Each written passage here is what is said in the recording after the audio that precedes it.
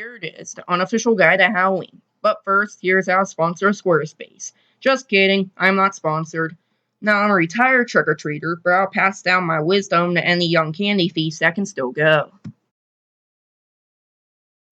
Make sure you practice your path a week early so you can make it on the big day without being tired. Also, try to base your costume for efficiency. For example, you could dress as a newspaper delivery boy, and you can ride a bike, and it even has a built-in bag. Also, if you trick or treated in the same area before, make sure to remember which places have full-size candy bars. It will pay off. Make sure you have a big bag or basket for it all. If you have friends, ask them if they can help you carry, grab candy, etc. if you're weak. Also, consider locking your candy in a hollow book, then lock down a safe, then lock it into a military base, then bury it into the Earth's core to keep your little sister from stealing it. And whatever you do, don't give a Snickers to a dog, or the dog will get hangry.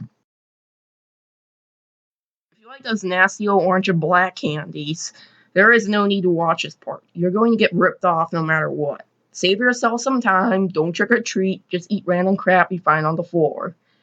Children under the age of 5 are legally protected. That is because of Becky's Law, named after a Texan girl who traded her entire haul for a box of Good and Plenty's that her brother convinced were unicorn eggs. She cried for 4.5 years. If you have any friends with the following traits, they are already overtrading. Otherwise, you have to get crafty. Start by finding out the flavor group of your opponent. There are 3 groups, each has their pros and cons. Be cautioned of the classic strategy of pretending to be in the fruit sour group while executing the Smarties trade for a full-size Snickers. If your opponent says they like special darks, be kind to them. They may be your boss someday. Loose candy corn should be placed with your pennies. They're both equally worthless. Put your 3 musketeers with your Milky Ways to ferret out the people who don't know the difference. You'll most likely confuse Crackles and Mr. Good bars, too. Make sure you trade Whopper, Goobers, Red Hots, etc. for a Charleston Chew or Grater.